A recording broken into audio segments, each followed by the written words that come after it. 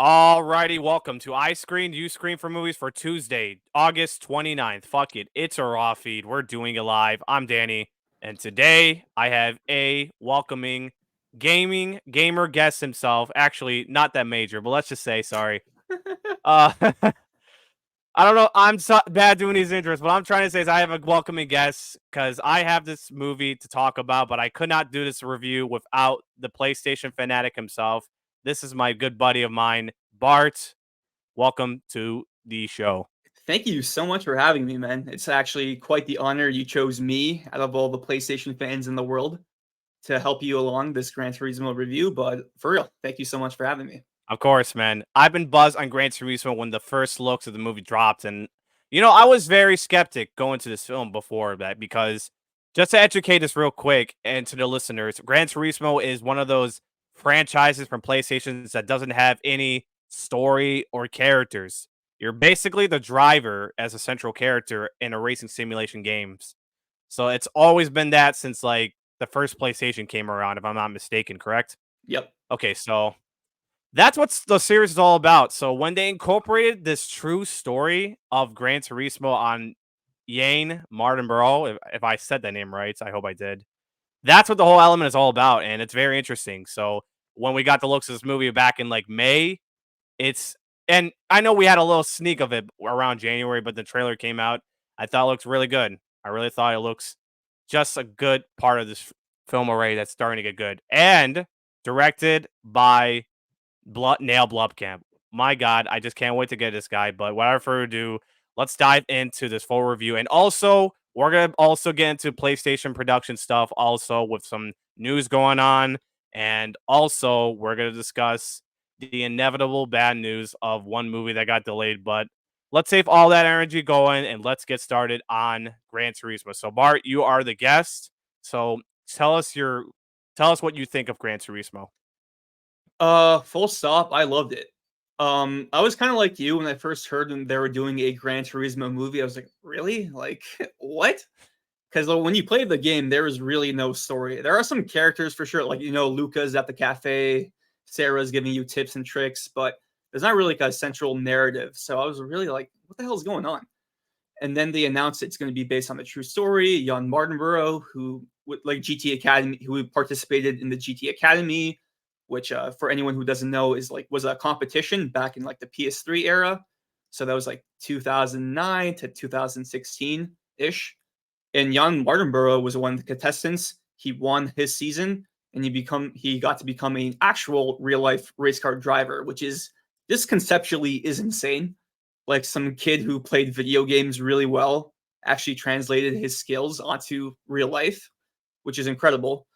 So when I found that out, I was like, okay, that could actually work for a movie. It makes way more sense than adapting something from the game itself, which would be impossible. So I was following this movie for a long time, ever since it was first announced, and like sometime last year officially.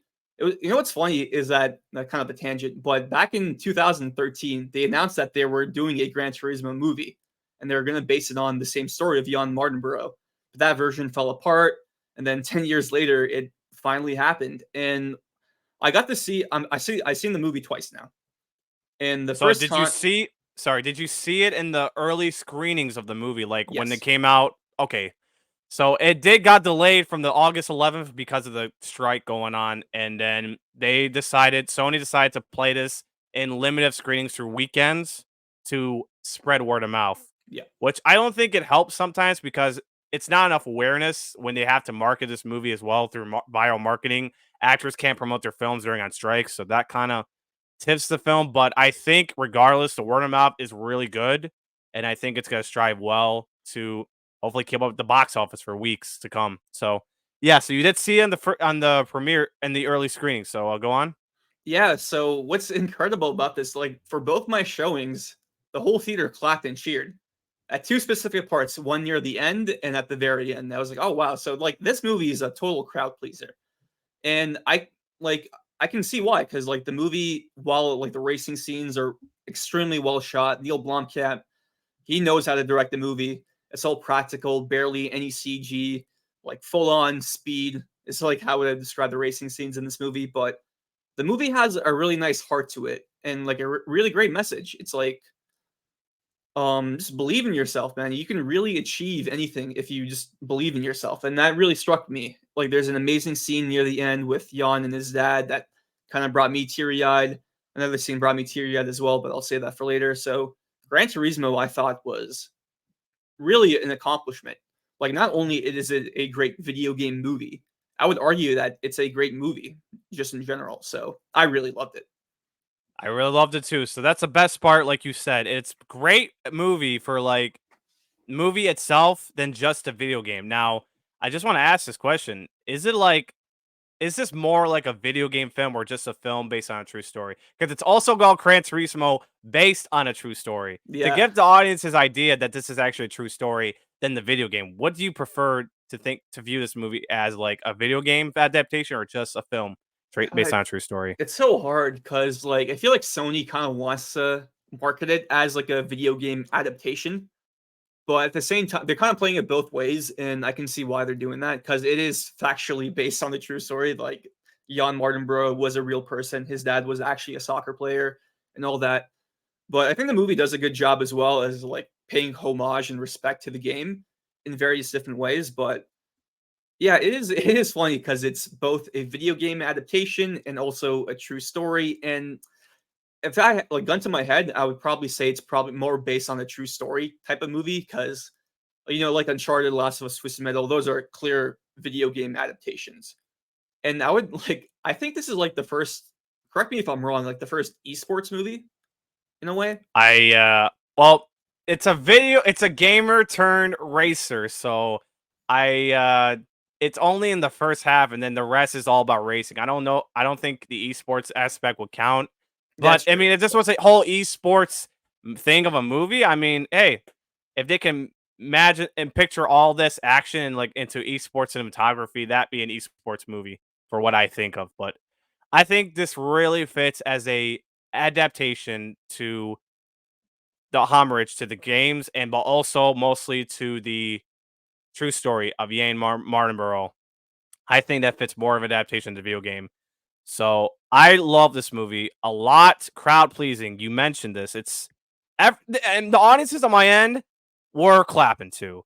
It's like, yeah, it's thrilling, emotional. It's just exhilarating. It's just I wanted this movie to feel like it's a Nail Blomkamp. My expectations is Nell Blomkamp is the guy of District 9, one of my all-time favorite sci-fi movies. Have you seen District 9, Yo, by I the love way? that movie. I Absolutely love it. love it. Oh my Fantastic. god. I watched it when I was like 13 on cable. How old did you see it, by the way? I would have been I would have been 12 because I was in 11 in Okay. 2009 and I saw it a year later. I remember that. Okay, yeah, yeah. So it came out in August 2009 to remind everyone it's a very old decade film. It's Blomkamp's most better received films.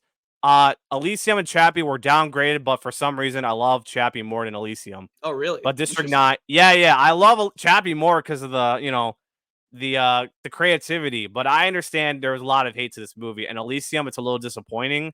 I never hate Elysium, but I love Chappie more than Elysium, just to be honest with you.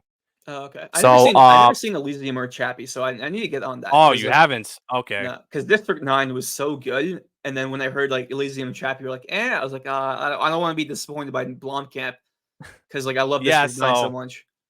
this is the thing. So Blomkamp has not been directing a film since Chappie, so it's been some time. But then, matter of fact, just to point this out, it was the version that we're going with. It was directed by Joseph Kosinski at first, director of Top Gun Maverick. And that version dropped Oh, because I think he's focusing on Maverick, so he didn't have time to put all the effort to Gran Turismo. And then it was brought back again in May 2022 and hired Blomkamp to do this film. For the first time I heard his name come, I'm like, oh, yes, my man's coming back. Let's see if he's got the A game of District 9. And then they shot this so quickly from a month to a month, like November, December. And I'm like, damn, that's so quick. Are they going to yeah, it rush this was movie quick. to make it Yeah. Oh my half-assed? god. But then, wow, it paid off. Now, real quick to everyone listening, fuck the critics. It has a 59% range at Rotten Tomatoes, but it has a 99% audience rating. And Incredible. it has an A cinema score. There you That's the big go. one. The cinema score is the It's big the one. it's the most important tool that you all have to look at. And sure, reviews may count sometimes, but in the overall general audience aspect, it is a crowd pleasing film. Both the fans and the general audiences. This fits both sides of that. And that's why I love this movie.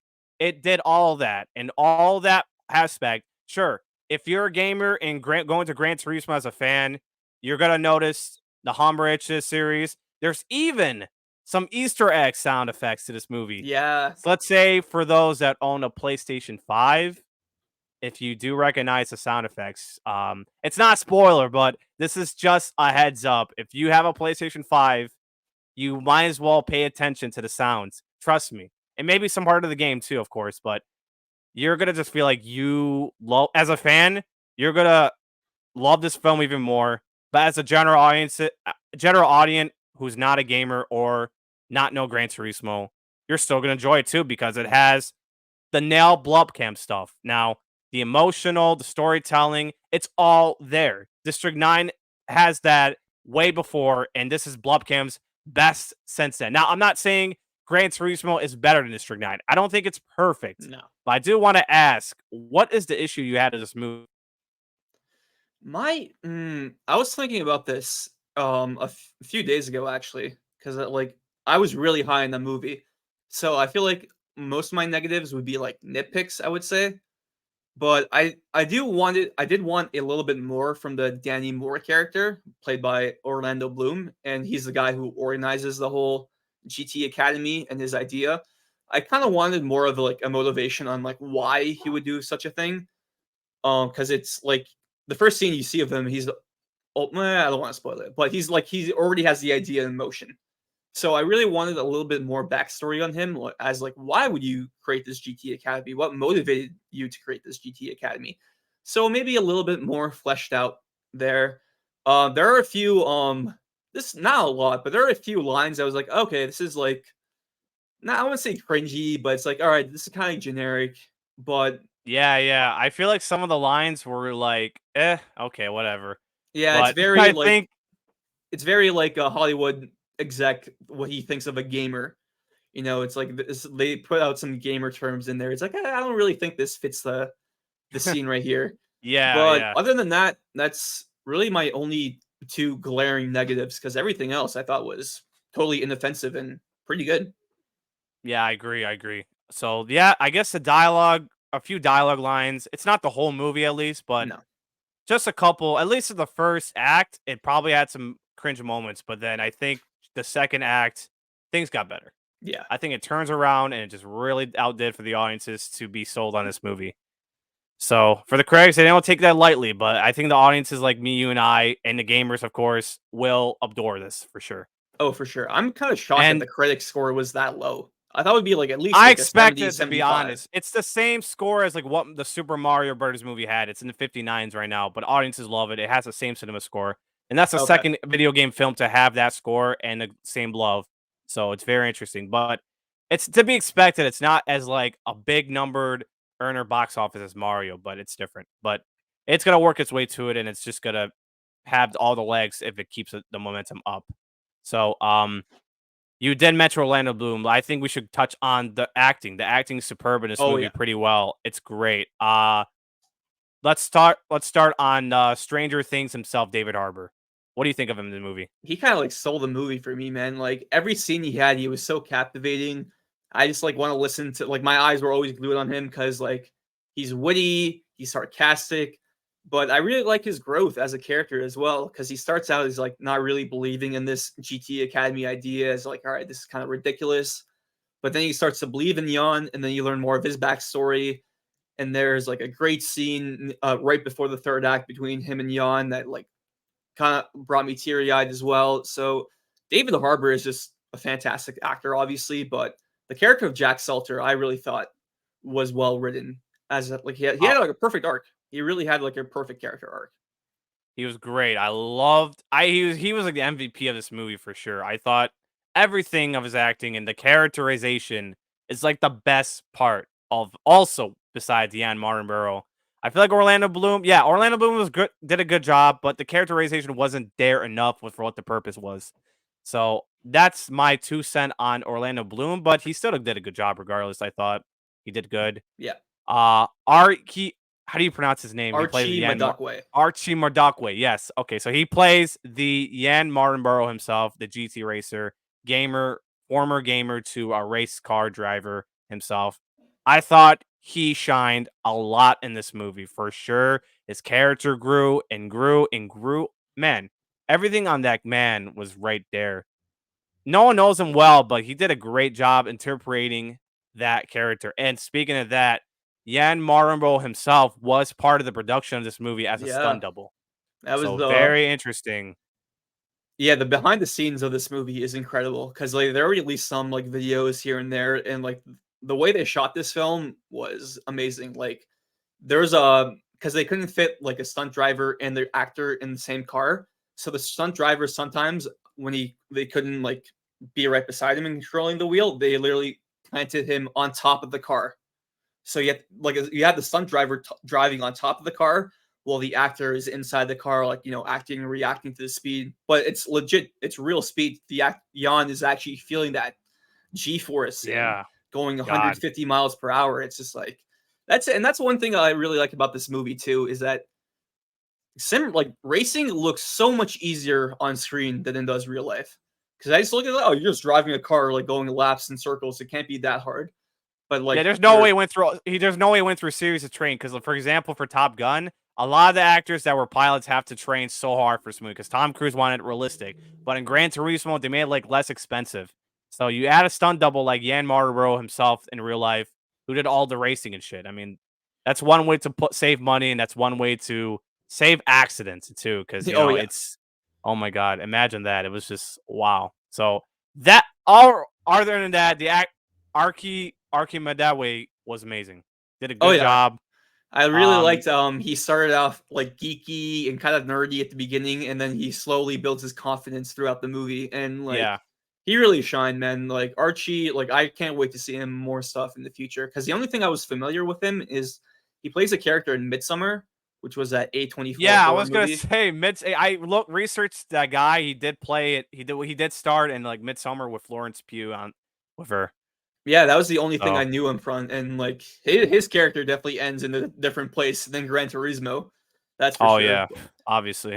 Yeah, I didn't but see Midsummer, but I know how it all ends. So believe oh me. yeah, crazy movie. But Uh, Archie, 2 thumbs up for me. Two thumbs up too. I mean, we're on YouTube, so technically, if you see my thumbs up and Bart's thumbs up, yeah, we both give this character and actor a huge thumbs up. Hell yeah. Uh, One more guy to add up, Jamon Unsu Oh, was fantastic. I thought he's surprised. Every time this guy's on screen, he did a good job. He plays the father of Yan Martinborough. He also plays a true story of Steve Martinborough, his father, and he did play football. So not much backstory, but it's on obviously Yan Martinborough. But I thought he plays a good supporting father in that movie for sure. Did a good job. Oh yeah, like that one scene in the end, you know the one I'm talking about, but like Oh yeah, yeah. We don't want what to an spoil it, actor. but What an what an actor, dude. actor! Yeah. What an actor! What an actor! And that scene, I'm sure got that scene there got my brother teared up, man. So me and my brother, my younger brother, and my two of his friends, we all went to see the movie, and one of them just teared up from that movie. It was just wow. I swear, it's just like Gran Turismo had all the emotion in the world to give what general audiences expect. It's not just a generic racing video game adaptation. It's just the heart. And thanks to the writing of that and Neil Blomkamp's direction, that's when it really got good for audiences. It's just a crowd pleasing film. Oh, Great with absolutely. superb acting. It's just well done. That's how you make a real good film. Either it's a video game or not. You whatever view it, anyone views it. This is the real deal. No one should sleep on Gran Turismo, and I think No. people should still check out this movie while they can. Even okay, look, school is back, unfortunately, but I get it. But if you have downtime and you're listening to this podcast, you gotta listen. You gotta watch the movie. You gotta watch the film and just feel it. You're gonna see that with audiences cheering and all of that. You're gonna feel that crowd pleasing moments. That's what Gran Turismo is, and that's how it viewed both as a adaptation and true story element. It's just good. Yeah, isn't it crazy that Gran Turismo, like a movie based on Gran Turismo, like got me to cry? I know, That's man. incredible. It's all real. It's just like a thought's all from a damn video game. And you know what? I take that. I take that whole true aspect, and that's what made the film better. If it wasn't for that, it'd be 100% garbage. Oh, yeah, For real. absolutely. Yeah. Now, I like to go on to this question. Now, Uncharted came out as a first PlayStation production film officially. Ratchet and Yeah. Clank, I guess it wasn't official No. PlayStation production film. No. So, yeah, besides it was garbage, but Uncharted was the first one that came out last year, February 2022. Was a hit, but the gamers, I don't think appealed a lot to this movie. What do you think? I mean, obviously, I know what you're going for, but which film do you think it's better right now for as a PlayStation production film? I would have to go Gran Turismo, but I do say that like I actually really enjoyed the Uncharted movie. And to give context about the Uncharted movie, it was in development before PlayStation Productions was formed in 2019. Tom Holland was cast in 2017. They had like the Uncharted movie also had like 11 different directors attached to it, so it was kind of in Literally, development hell. it's But so once, much. Yeah. yeah, it was insane. But like once PlayStation Productions formed, they got that movie on track. They worked with what they had, and honestly, I actually kind of like that movie. Like Uncharted is like I'm kind of biased because Uncharted is my favorite PlayStation franchise or top Oh, it's three at my least. favorite franchise too. I But I don't think no one liked the whole I don't think no one liked some of the castings like Mark Wahlberg. Now, I'm yeah, not saying that's he's a bad Mark actor, Wahlberg but is the big one. Yeah, him as it's the Sully. big I'm one still kind of because when they went back with the prequel before the game started as the movie, that's when Sullivan didn't have any gray hair. That's what the whole thing is people were hating on. Even me. I did not like the casting where look, if Mark Wahlberg dyed his hair gray, good. I'm not saying the actor's bad. I guess even without the gray hair, he was good. Yeah, But at least Tom he was Holland as young Nathan Drake, pretty good. He sorry, was good. not yeah. Tom Holland was good regardless as young Nathan Drake. I thought Yeah. it still fits well, but I feel like some of the other castings were just I don't know. I think Mark Wahlberg was the bad miscasting where Sullivan did not have gray hair, but Tom Holland, I think he did a good job and played well as young Nathan Drake. And definitely, I think a sequel should happen because Oh, absolutely. totally, I'll have to see what happens next. I think it should be like a partake film franchise, and audiences do enjoy it outside of the gaming universe of that. So I think it works well for both of that.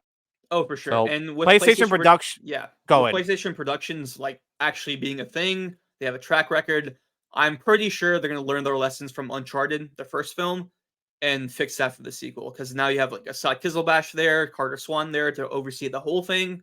Because Assad Kizilbash did give an interview to the PlayStation blog where he did say that they came into the Uncharted development about 50% of the way through, so they weren't there for the whole thing.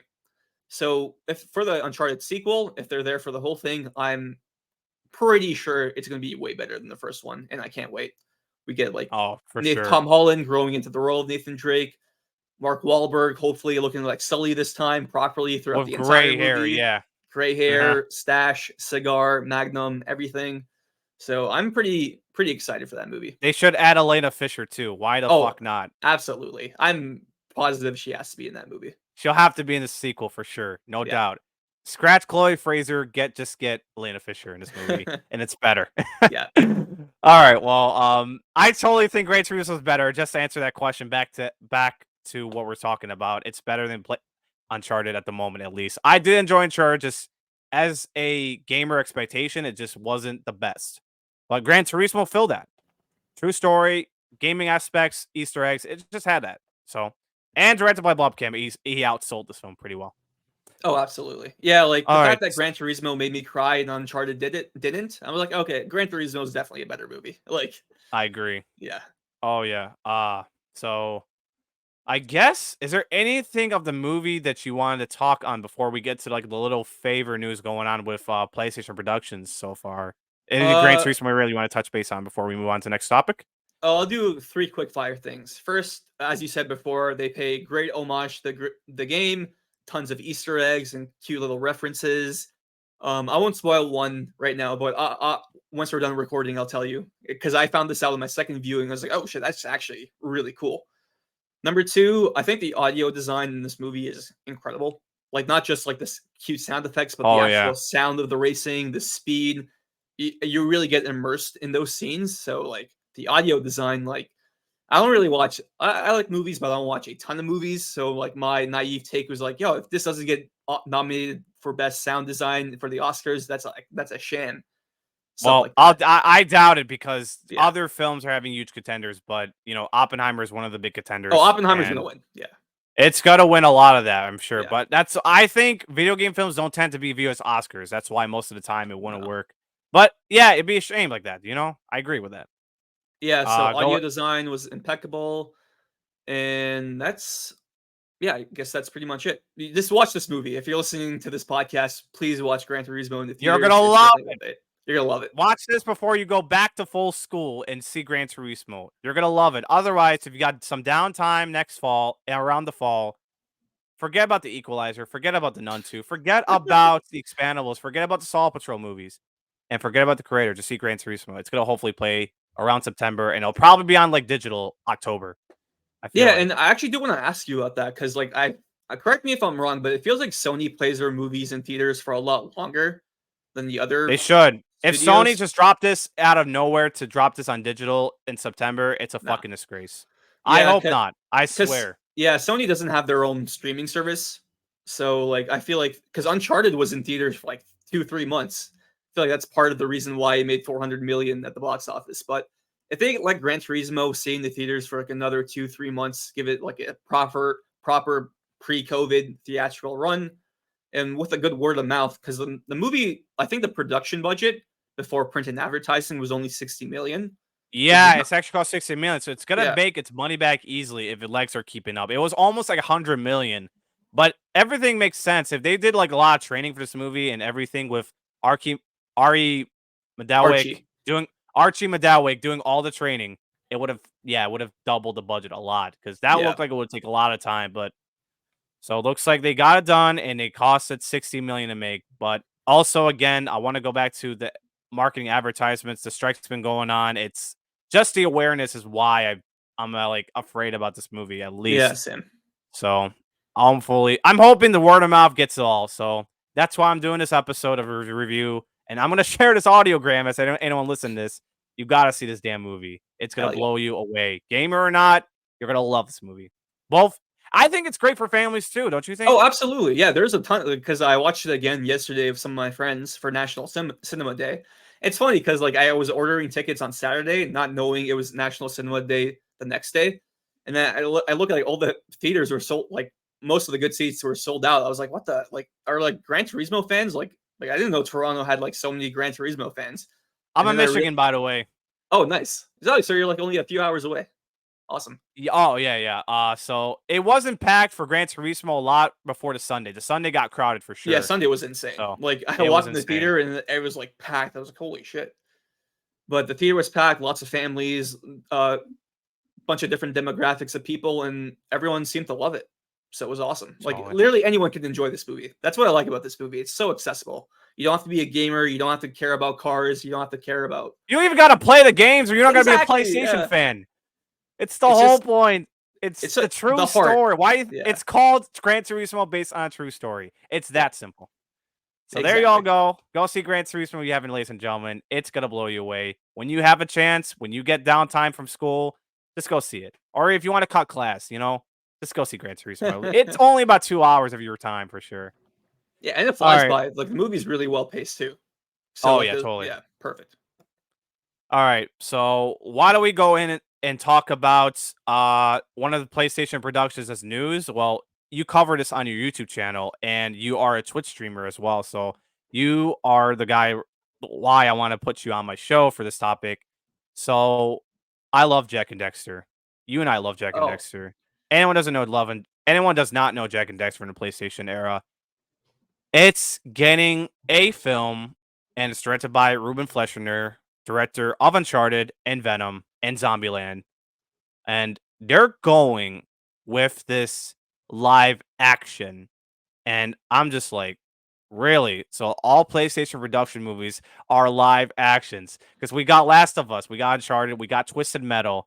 By the way, Last of Us and Twisted Metal, obviously they're TV shows, but yeah. Last of Us is the most notable one. But Twisted Metal also had a TV show on Peacock. On Gran Turismo was the next live action thing. And then Jak and Daxter, you cover that on your YouTube about its live action and the casting that isn't official, but it's getting word of that. So, what do you think? Jack, played by Tom Holland, and Chris Pratt voicing Dexter. First off, Tom Holland he's getting up to the point where I think people are viewing him as an action star like Tom Cruise, but in video game achievably. Chris Pratt is the guy of Mario. He's the guy of Garfield, the guy of Star-Lord, voicing a hostile best friend of Jack's Dexter. How do you feel about this going forward if this is really real? How do you feel about this? So whether if it's real or not, I'm leaning toward it's real, not because of not like the leaker who leaked this, not my time to shine. Hello, I think is a Twitter username who's been pretty reliable with like this movie industry news in general. But Ruben Fleischer, when he was doing Uncharted press last year, he did talk about he is talking with Sony about doing Jak and Daxter. And at that time, I was like, wait, what? Okay, that's kind of weird. And then nothing came of it. And then a year and a half later, like a few weeks ago, we find out that this leaker is saying a live action Jak and Daxter movie is in the works. Tom Holland is Jack. They're looking at Chris Pratt to voice Daxter, Ruben Fleischer coming back. So I was shocked, but not 100% shocked because Ruben did talk about this before. How do I feel about it? I feel one of two ways. I think the strong part about PlayStation productions is that anything's on the table. Any IP, whether it's alive and getting games today, or if it's dormant like Jak and Daxter or Twisted Metal, they could get movies. And the benefit of that is like they could get a new game in the franchise to go alongside it. Because PlayStation Productions is trying to do like a synergy, I hate that word, but a synergistic approach to the way they present their media. I remember when Uncharted Legacy of Thieves collection was coming out for PS5. If you bought it within like the first 2 weeks of its release, you get 2 free movie tickets for the Uncharted movie. I was like, okay, that's awesome. That's how I redeemed my tickets for it. Brought a friend along to it. It was awesome. And then Last of Us, the part one, the remake of the original game on PS3 was obviously made to go alongside the HBO show. I literally was playing Gran Turismo a few hours ago, and literally the start screen is the movie poster. I touched the game before I went to see it Sunday, so that was the last time I touched the game for a while. Just for, I will go back to the game again at some point for sure. Yeah, like I was like after I watched the movie, I was like, all right, now I'm back to my Gran Turismo 7 grind. And then for Twisted Metal, there are legit rumors that a new game is coming for PS5, and that was clearly made, or part of the reason why that was made was to tie into the new show. And Twisted Metal is my favorite PlayStation Productions project, by the way. I love it. Absolutely love Twisted Metal. I gotta check out that show. I'm not a huge Twisted Metal guy, but we all know Sweet Tooth. And the first guy I ever heard from a game was PlayStation All Stars Battle Royale. That was like the Let's only thing I go. heard. Oh, we need PlayStation All Stars back, please. Facts, PlayStation, man. man. You are speaking my language, dude. Oh, thank you, Oh, man. dude, come on. Yeah, we need that shit back. Come on. Absolutely. PlayStation 5 as exclusive. It's a must-have. So back to Jak and Dexter. So it's Yeah, live Jack. action. Yeah, live It's action. I just find it weird because It is why weird. not animated? It's because I don't even know why. It's just I'm like, it's live action, but how could they make the characters look let's just say Samos, the Green Sage. How would he look like in the movie? And then, like the fact is the characters like Jack have big ears. They're like Yeah, elves species, correct? Elf yeah, human species. It's just like how will they all work? They gotta like use a lot of like not practical, but CGI or something. I don't know to like yeah. Like even prosthetics odds or on some. Yeah, it's like yeah it's gonna be prosthetics like weird that. Yeah, yeah. I'm just because thinking like live action would just not work for some reason. I mean, I I feel agree. that would turn off like some of the fans like that, but Because when it if it was doesn't first come out good. reported, last year, I was like, okay, Tom Holland's gonna be the voice of Jack, and someone else is gonna voice If Daxter. the It's gonna be AB's going to be the voice of Jack as an anime, that works either yeah, way for sure. totally fine. I would be Totally. totally fine for that because Tom Holland was also, I think he was in that Pixar movie Onward that I remember. That Yeah, was he like one of the was with first. Chris Pratt. Oh yeah, with You Chris. brought So there touch is base on history that. there. They're Yeah, going to yeah. get back together at this point if this really, really is official. That is funny because yeah, that was like one of the first movies I watched during the pandemic, and I was like, okay, that's always stuck with me as like a pandemic movie to me. But back to Jak and Daxter, it's just like part of me believes that like Tom Holland did say also during the Uncharted press tour, not for just for one interview, but for multiple interviews that he loves the Jak and Daxter games. He grew up playing them. He would love to play Jack in the movie one day. So I feel like Tom Holland, the guy, cares more about Jack than Nathan Drake. And he's a good Nathan Drake, like a good young Nathan Drake. But I feel like he would be more passionate in the role of Jak, so he would take it. I wouldn't say take it more seriously because he took Nathan Drake seriously as well, but there's more passion to it. The I like problem Jack's is character of his tone too, so I feel like exactly, Tom yeah, Holland will have to like step up his tone too, just to put this to be out. like more like Jak 2, Jak 3, Jak, right? Like Yeah, the more serious. I totally like the side of that if he can do it. Yeah, yeah, because for the viewers watching, in Jak 1, the first Jak and Daxter, the precursor legacy, the first game, Jak doesn't talk. It's all Daxter and everyone else doing a character, like a character voice. Jak is a silent protagonist, and they changed that for the sequels, which I liked. I like giving Jak more character. But it's it's the thing, like if the characters in Jak and Daxter didn't have those like long pointy ears, I would believe the live action more. I would believe it. But the fact is, like those ears are pointy. It's not just like this, man. They're like 2-3 feet They're this long. big, like literally. Jeez. Yeah, they're huge. So that's gonna be probably the biggest barrier.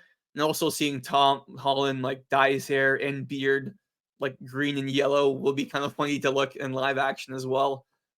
And Ruben Fleischer directing, I am kind of interested in that because like I actually like Ruben Fleischer's films. I like Zombieland a lot. I I actually like like the Venom. first. I like Venom too. Yeah, I think Venom was pretty good, and I like Uncharted. So I think he does solid blockbuster action. Oh yeah. But yeah, like it being live action, because like if you ask any Jak and Daxter fan, they would say just make it animated. Like you have Sony Pictures Yeah, Animation, they're killing it. Spider Verse movies look incredible, and I think they absolutely. did like some Miller's movie as well that came out on Netflix that has a great animation Where the style. Mitchells, you mean? Where the Like Mitchells? Where the Yes, Mitchells, yeah. That was the yeah, one that came on Netflix. and that looked great as well. So I feel like Sony Pictures Animation would be kind of perfect for that kind of project, but they're gonna go live action. It's fine. Like I'm gonna have to look at the first. My eye is gonna be so glued to that movie's production cycle, like the It's gonna be pre-production, stuck in my filming. head to what it looks like, and it's just gonna be Exactly, like I'm gonna be so skeptical like the Gran Turismo film all over until we get what the movie looks like. I for mean, sure. one way or another, we don't know when's as soon as the strike ends, I feel like they're gonna work on this movie. I feel like Oh, that's just absolutely. going to happen. Oh, I'm curious. So I'm gonna ask yeah, you, like, since Tom Holland, like, how do you feel about Tom Holland being both Nathan Drake and Jak? Like, he's literally starring. he's becoming a video game star of Tom Yeah, Cruise in a he's video game. he's This starring as two Naughty Dog characters. That's like insane to me. yeah, that's just insane. But you know, if he keeps up what he can grow as an actor, I mean, right now he's taking a break right now at the moment, but I think he'll get back on and just hopefully take the word serious. Or who knows? Again, this isn't just a confirmed thing. He's gonna play Jack, Yeah, but it's a Chris rumor. Pratt as Daxter as well. What do you think of Chris Pratt being as Dexter, if that's the chance? So Chris Pratt, like, I was looking at his like filmography, and I realized like, okay, he's actually been in quite a few animated movies. He was like Emmett in the Lego Movie, which I always forget he did that role, and he was great in that. He's gonna be Garfield. I know I love Garfield too. That's like one of the random things about me is like I fuck Oh yeah, Garfield's my guy, man. He's him. So I'm interested to see that. And I thought he was totally fine and pretty good as Mario. Like I love Charles Martinet, classic voice, but I thought Chris Pratt did a pretty good job as like a New Yorker, Brooklyn style take on Mario. So I think he can do a decent job as Daxter. My first choice would actually be Charlie Day, who plays Luigi, because I feel like he has like the oh higher yeah, pitched tone to fit yeah. I Daxter. feel like that's what matters, and the personality. Chris The Pratt will have to like personality, yeah, take Dexter's personality if like the writers can able to copy that characterism to having the actors completely take the voice away. I mean, completely exactly. put the work to it. Yeah, You so know? yeah, we'll see. Like maybe like Chris Pratt's definitely not my first choice to play Daxter or voice Daxter, but I'm still hoping for Charlie Day, but we'll see. Hopefully he does a good job. And I do want to ask you, do you think because they are working on Uncharted 2, do you think they're gonna film Uncharted 2 first or Jak and Daxter first? Because I feel like Jak and Dexter, because I didn't have any there's nothing in work confirmed on Uncharted about this at the moment. So I feel like Jak and Dexter is what they're gonna work on as soon as like actors and writers get their yeah. pay fairly. And I feel like PlayStation is gonna be back on track to get back to these projects. I hope Jak and Dexter is one of them for sure. Because that's been told like last year since the interview, Ruben Fleischer was going to do a Jak and Dexter movie, and I was excited. So I feel like that's going to be the passion and next on PlayStation Productions projects. Oh yeah, for sure. And I do want to ask you since you're a Jak fan, because like if this movie does happen, I do feel like there will be a new game to go alongside it or I something. loved it.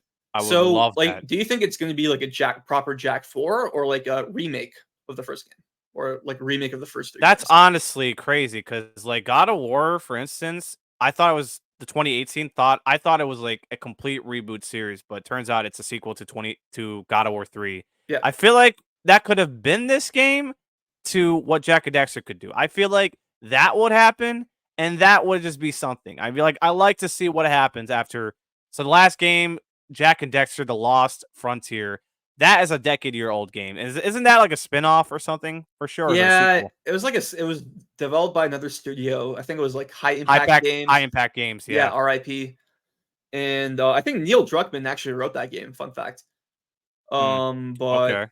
and that came out in like 2009 for the PSP. Also, I think it also got a PS2 port as well, which is funny because PS3 was out by then. So it's like, why would you port this on PS2 and not PS3? That's a different Yeah. conversation. But Yeah. it's been 13, 14 years since the Jak and Daxter game. I'll switch out my battery.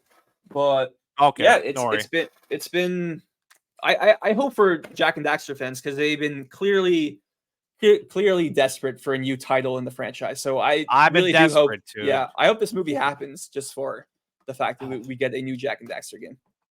Yeah, if Yeah. they really could decide a much of the project and even make this game happen. Look, we want a Sly game. We want a Yes, Parappa game. We want freaking a new Astrobot. I mean, Astrobot. Astrobot. Yeah, Oh my god, let's go medieval to siphon filter. The Medieval. list goes Medieval's getting on. a cartoon for sure. That's a TV show, right? Yeah. So funny story about that because when PlayStation Productions updated their website, I was like, okay, cool, because they show off like their mission statement, the projects they have out so far, the confirmed projects they have in the works. So God of War, Horizon, Ghost of Tsushima, and just for the audience, Tsushima is I'm going to be the next excited for movie. Ghost of Tsushima. Oh yeah, that's I'm so gonna be deep fire in that. It's one of my favorite PlayStation titles. Chad Stahelski of the oh yeah, John Wick Maker film, he's gonna kill it. He's he's just gonna going to kill it. kill it. I said this on the John Wick episode. Check it out if you haven't listened to that episode, by the way. I talked about this guy doing this movie. He is just going to kill it. He's just taking a break. I don't think he's going to do John Wick 5 yet No. until he does go to Tsushima. That's going to happen next for sure once everything is settled from the strike. Oh yeah, I can't wait. John Wick 4 was so God. good, so good. Oh, fucking good. Yeah, Man. He's and gonna do then well, but he just has to bring more storytelling than just the action piece. oh yeah. That's how I love to see that too. Yeah, and then we have Horizon on Netflix, God of War on Days Amazon Gone. Prime, Days Days Gone. Gone. Yeah, Oh, my that's favorite great. titles too. I'm still shocked by that because I actually like Days Gone a lot. I know it's kind of not that contentious because like fans do like that game, but not as much as the other PS4 exclusives. But I thought Days Gone was pretty good. So Oh yeah. I'm really happy that that IP still has like some life left in it. It's going to be a movie. It's gotta get a second game. I feel like once the Yeah, development of that second game goes forward. I yeah. mean the movie, sorry. Yeah, I'm pretty confident about that as well. And yeah, throughout their website, they show like, and here are all the games you can play based on our movies and TV shows. And then they do have a video. And in this video, it was just like a B-roll, pretty much saying their mission statement. They have like the blue wavy background of all like the characters they modeled for the PlayStation Productions intro tag. And one thing I noticed is like the shot, like it pans up and you see like a pair of like armor clad legs on it. And I was like, oh, wait a minute. That's Sir That's Sir Daniel, Yeah, that's yes. Sir Daniel I heard Cornskew. about that. I'm like, I was yep. like, what the hell? So I tweeted it out. They didn't put him in like the PlayStation production logo opening of this movie too. No, not Like yet. they may update it already, but it's like they didn't put Sir Daniel in it. That's weird. Yeah, and well, and not to spoil, like I don't want to spoil it, but they do add two more characters to that PlayStation Productions intro tag for the Gran Turismo movie. So I was like, okay, Oh that's yeah. pretty cool. I love looking at that logo. It's like my favorite opening logos of all time. It's Yeah, just beautiful. it just gives me vibes of oh man, imagine they build up to like a PlayStation All Stars movie. Oh Like my it's like god, yeah. that Well, would I'd be rather insane. see a game happen than a movie because I don't think this is the Absolutely. PCU, but absolutely this should be just its own standalone films just for the fans. I Yeah, feel yeah. like the PCU That's stuff, the best approach. PlayStation Cinematic Universe, by the way, when I say PCU, it's something it shouldn't happen, but I think it should just keep doing its standalone stuff for the fans. Yeah, I always say that for the memes, but there's also part if did say they were working on that movie, I'd be there day one. It's gonna be like Oh. roasted, critiqued on the internet. I totally understand, but I'll be there day one because I love Oh PlayStation All yeah. Stars. I would But yeah, love to see it. yeah, me too. We can talk about that all day. But back to the Oh yeah. medieval thing. So I noticed that I was like, okay, that's weird. So I tweeted it out. It kind of blew up, which I was kind of shocked about. Like a few podcast, another like news podcasts and websites picked it up. And then the funniest thing about it was that two people quote tweeted me, and one of them was Ben Meckler, who's a Hollywood writer, and another one was Christopher Amick, who's also another Hollywood writer. And they've been working as a duo on like Kung Fu Panda, The Dragon King, I think it's called, and a bunch of other TV shows. And they quote tweeted me with like a like a thinking emoji with a sunglasses emoji. And Christopher Amick was like, "If you know, you know." So it's pretty much confirmed that a medieval project is in the works, and it's clearly going to be animated because those guys worked on animated projects only before then. They might have done some live action stuff here and there, but it's clearly going to If be this is if animated. this is a TV show, what do you think it's gonna be on? Like, if it is a TV show for Mm, sure, like, what do you think it's gonna be on, like, streaming wise? Netflix. That's my guess. I've Because I feel like Netflix does like they do try to get a lot of like family friendly content for like kids of all yeah, ages and like shows that kids would enjoy and also their parents would enjoy watching beside them. And yeah, totally.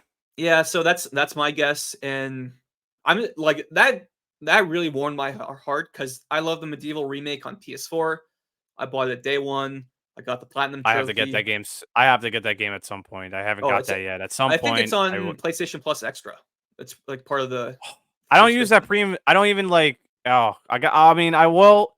That doesn't require me to stream the game. No. No, no, extra, all those games are natively download. Like, you can play them without streaming, you can just download them on your Okay. PS5, and Medieval on PS4 is 4K, 60 FPS. I just have a regular standard base plan, so I'll use that. I mean, I'll like renew it to like extra, but unless there's like a deal on it, I can like reuse. I'll probably like get that for sure. Yeah, Yeah, thank you. it's a great Halloween game too, Medieval. Oh yeah, And totally, unfortunately, totally. the remake didn't, like, set the world on fire in terms of sales. So I was like, my thoughts on the Medieval franchise is, okay, it's probably gonna be dead for, like, another 15, 20 years. It sucks 'cause Medieval 2 remake would also be awesome.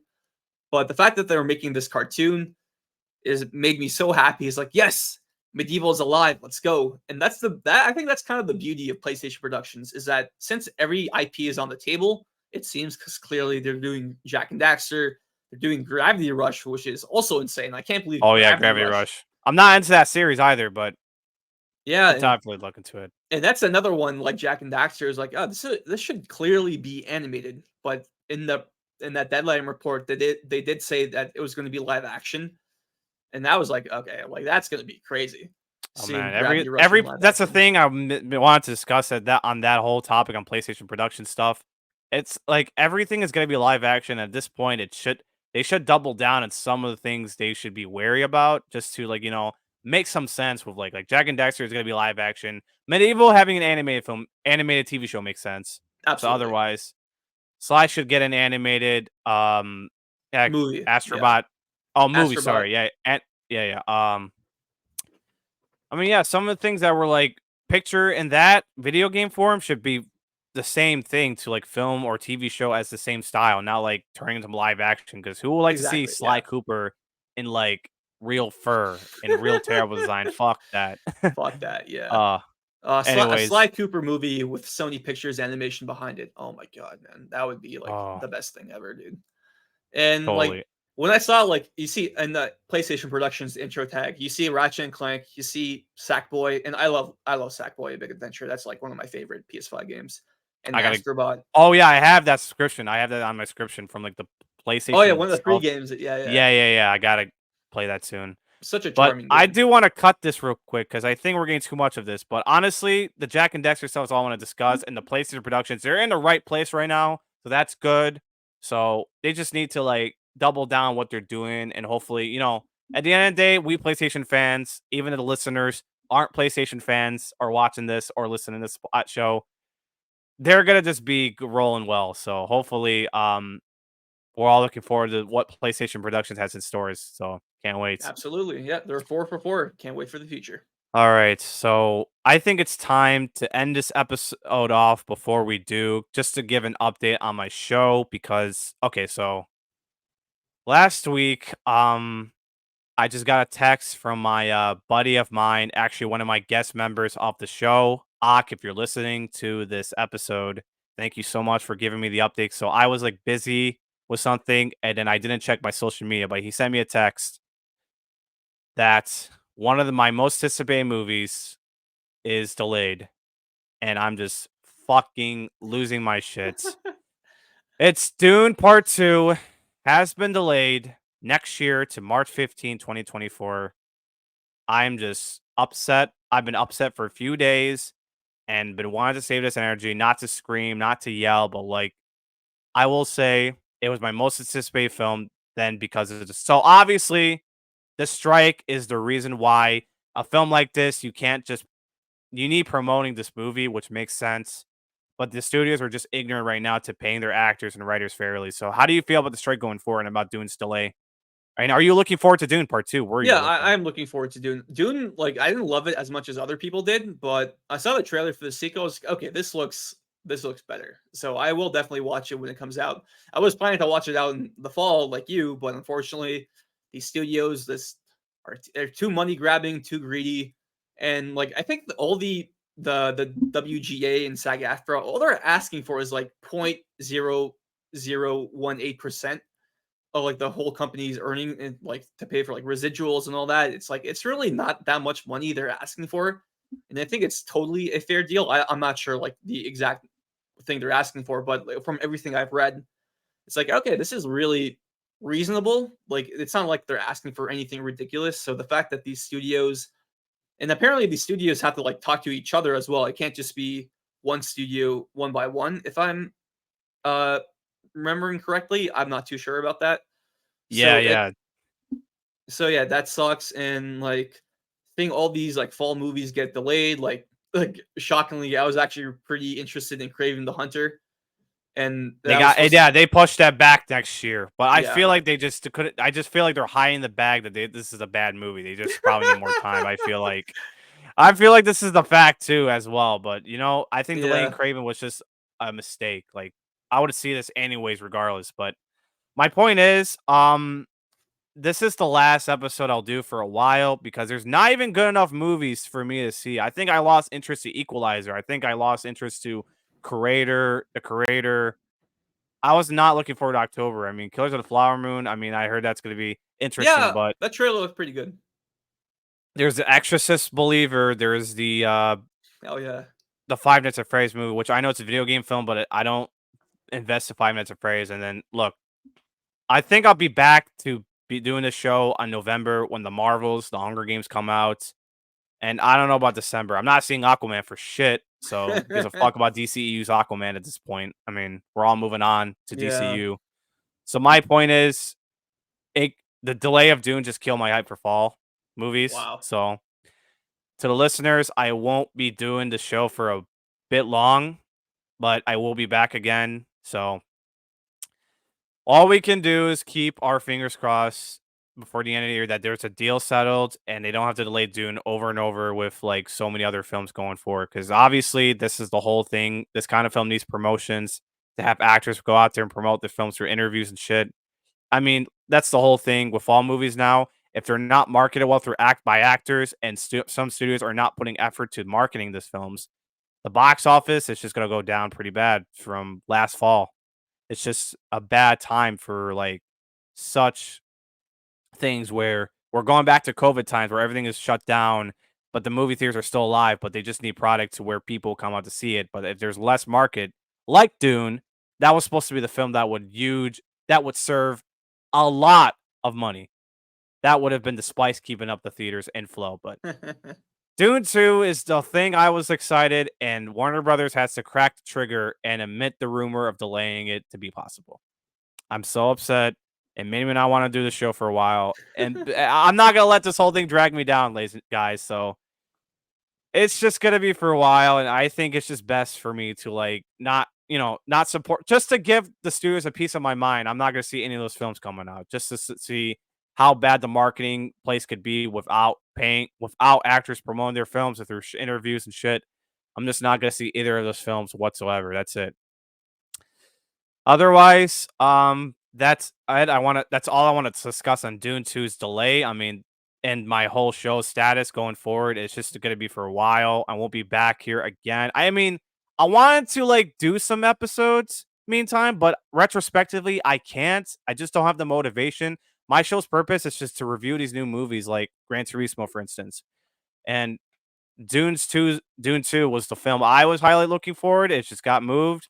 It just killed my hype, and I don't feel like doing these episodes that retrospectively, though they'd be good for me to keep myself busy with the show, but my content will be running on drought. So honestly, I don't know what to do.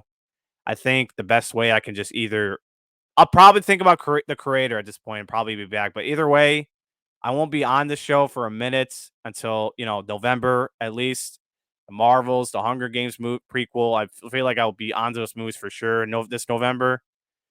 But other than that, I will be stepping off for a bit. But I will be okay. Just it's just gonna be drought content for me. And honestly, I just want to you know, just show the students a piece of my mind. I mean, I don't know about you if you're going to listen to other these fall movies, but I just had enough. Probably I think not. I'm just No. yeah, I'm just not invested to these films for some reason. We used to, but not anymore. I just don't have great reasons since Dune is delayed. It just killed me. Yeah, it's unfortunate. And before we end, I do want to ask, like, how long do you think this strike is going to go on for? Is like, has there been any movement in making a deal, or is it still like Oh, a it at a was, but standstill? then there was some no good deals whatsoever. The strike keeps going on, so Oh, okay, I that's feel like, unfortunate. man, oh, I don't know. Probably, Yeah, I'm assuming right around December, maybe November, December is probably gonna when it all ends. But ooh, that's another 2 3 months. uh, God damn. man, goddamn, it's just gonna be crazy. But Yeah, hoping WGA anyways, and SAG-AFTRA get their good deal. They deserve it. And yeah, the actors just too. We'll hope for the best. But yep. other than that, Bart, thank you so much for being on my show and my episode that I will be posting up for a while. Where can the listeners and audiences find you, your content, and all? And tell the audience about yourself before you even talk about where they can find you and everything. Yeah. First of all, thank you so much again for having me. This was a great chat. I love your PlayStation energy. It's been awesome talking to you. And as for myself, you guys can find me at Real Radic on TikTok, YouTube, Twitch, Twitter, pretty much at Real Radic. So that's the word real and RADEC. And about a little bit about myself, well, I just like talking about video games, really. That's like the main gist of it. Mostly focusing on PlayStation, but I do like talking about gaming in general. So that's Nintendo, a little bit of Xbox, lots of third party. I like doing YouTube content. I try to cover any PlayStation productions news I can. Also talking about other video games as well. Like I'm doing a bunch of platinum trophy runs.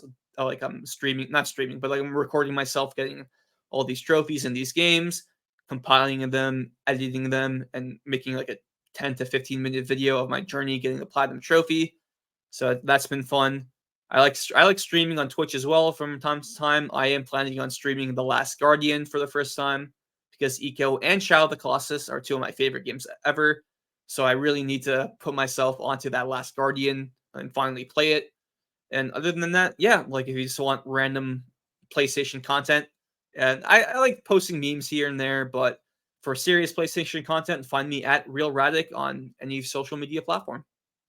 That's it. And that's where you can find my boy Bart and Real Reddick, which is himself. So thank you so much. And as for everyone else, if you're enjoying this podcast, even though my content will be dropped for a while, follow and subscribe if you're enjoying this.